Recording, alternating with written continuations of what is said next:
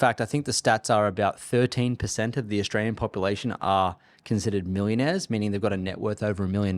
But I would say almost all of them did it through property. And how they did it was they bought a property many years ago and did nothing. Well, they didn't do nothing. They didn't sell it, which is good. But the growth in the property from the immigration and the lack of land supply created that $1 million net worth, right? So I did it differently. I didn't do it with property. Back when I started, I knew that I had to underspend my income.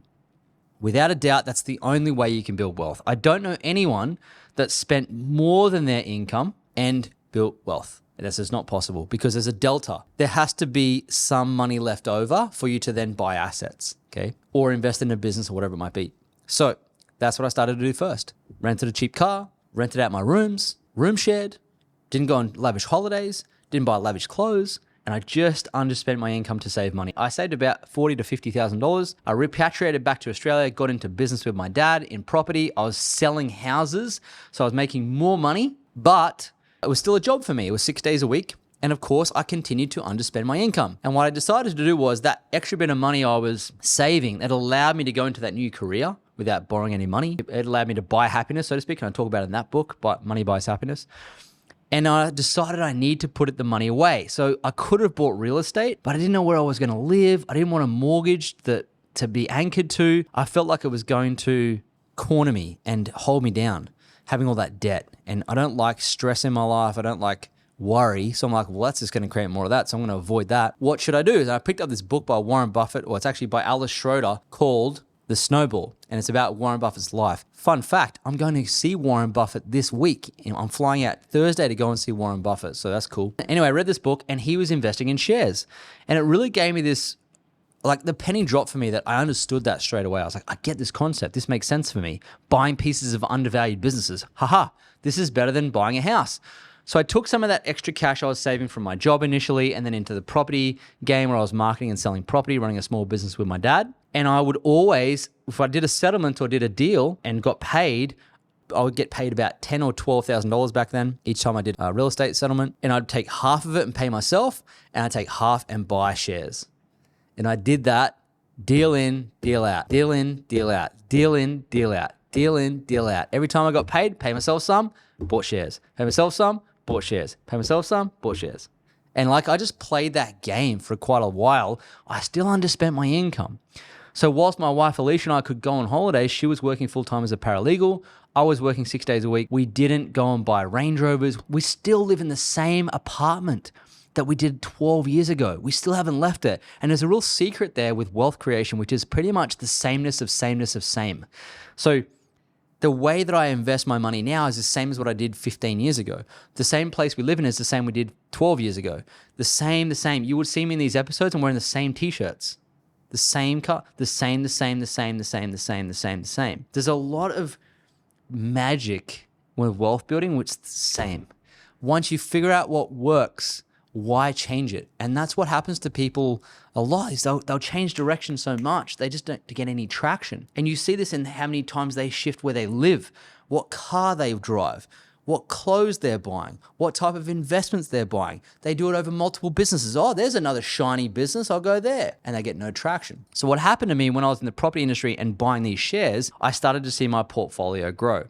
And my portfolio was probably at about 300,000 by then in 2014, maybe 250,000. It wasn't massive because remember, I didn't buy a house. So I had the equity that would have gone into a house and I was paying about $550 a week rent. But I was also splitting it between my wife and her sister who was living with us at the time. So my rent was like $200 a week.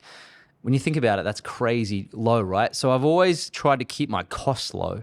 It's just the most effective way to almost guarantee you're going to get ahead. It's easier to manage the costs than it is to increase your income, in my opinion. You have more control over that. And so 250,000 roughly in the portfolio, working 6 days a week in property. And I remember one day I sat down and thought, I want to become a millionaire. Like now I want to do it. Like what do I have to do? How long is it going to take me? And I remember sitting in the office at 7 o'clock at night. I pulled up an Excel spreadsheet and I put in 250,000, whatever the portfolio was. I'm saving 25 grand a year, buying stocks. I have no debt. This is my income. I think it's probably going to stay very similar. Hopefully it goes up if I can do more deals. And I realized it was going to take me like 15 years to become a millionaire. And at the time, I was probably about 30, 31. I was like, oh my God, I don't want to be a millionaire at 45, 46. Like, what am I going to do? And I realized I've cut I can't cut them anymore. Like, I still want to have, a reasonable life. But I was like, well, I need to increase my income. So how was I going to do that? And then my sister introduced me to a business model called network marketing, accidentally fell into it. And I tried the products, got in shape, actually went on to win a bodybuilding competition using the products, which is really life-changing for me. And then I helped other people get the products and use them.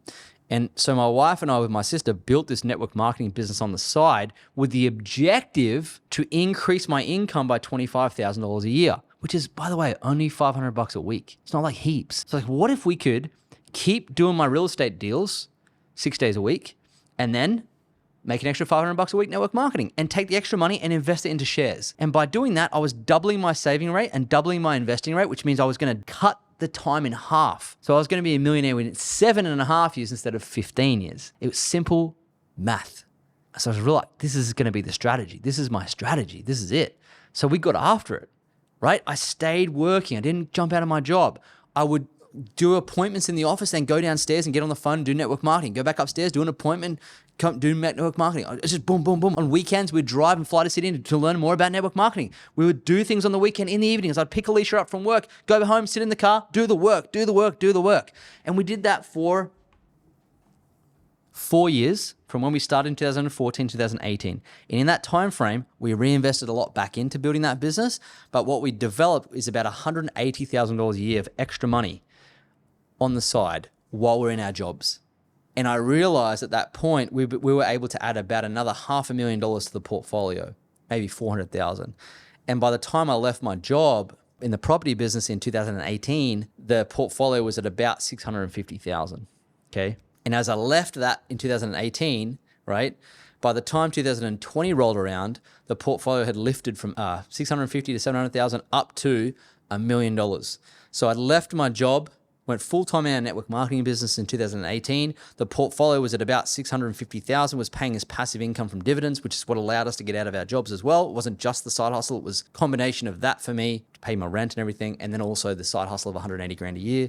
Alicia left her job, so we're basically financially independent. And the portfolio then grew as COVID hit. And I remember picking up my phone one day before I wrote this book.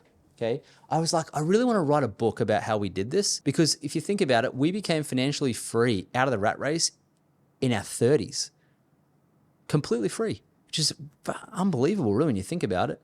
And back then, especially, and I had $1 million portfolio. I was like, well, this is interesting. Didn't own any property. I'd like to be able to get it to $1 million before I write this book. And I remember before we launched this book down in Currumbin, I looked at my phone, pulled up my portfolio, and it was like $998,000. It was just sitting there. I was watching it. I was like, oh my God, I want it to be $1 million. I want it to be $1 million. And I scrolled the phone down, hit the record button, and I recorded. And I'm sure if I pull up the recording now on my phone and go back far enough, I could find it. And I recorded it as it clicked over to $1 million. And I remember sending the video to my little sister and saying, look at this, it's $1 million. And at that time, it's like you kind of you have this fantasy of what happens when you become a millionaire. You're like, oh, my life's going to change and it's going to be amazing. And then the marching band never came in. And I was like, oh, we're millionaires. That's it. No debt, $1 million net worth, free.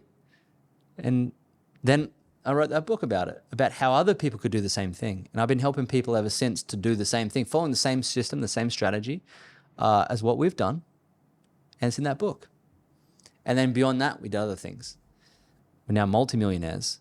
But what's interesting is the strategy rarely changes. Underspend your income, find ways to add extra money with a side hustle or business, invest the proceeds consistently into the same sort of asset class that you understand, and be patient, and it will grow over time. Those 3 steps of underspend your income, find ways to make extra money, and invest in assets that you understand are the 3 components and steps that I talk about in this book, and they're repeated in this book. There's 2 extra steps in here for mindset and mentorship, which speeds things up. But the concepts remain the same. And that's where this sameness comes into wealth building that people really underestimate, that gets them in a lot of trouble because they get bored. And one of the things you got to do when you're trying to build wealth is keep the mundane exciting. So all that stuff kind of compounds over time, but it started with that decision to make the first $1 million. But you see, when I did it, there was an actual measurable, like, shit, I need to increase my income here. Okay, now we need to invest it. Now we need to not do anything else. And I think it's in the not doing anything else and sticking to your knitting and focused on what's working and repeating it, that's where the magic lies. So that's the story of how we became millionaires initially. That's a real life story. It's in our books. Thanks for listening to Money Grows on Trees. If you enjoyed the episode, leave a 5-star review on Apple Podcasts and Spotify, and subscribe to us on YouTube so you never miss an episode. And if you're serious about building wealth, make sure to check out the links in the show notes and follow me on all social media platforms at Lloyd James Ross for more. See you in the next episode.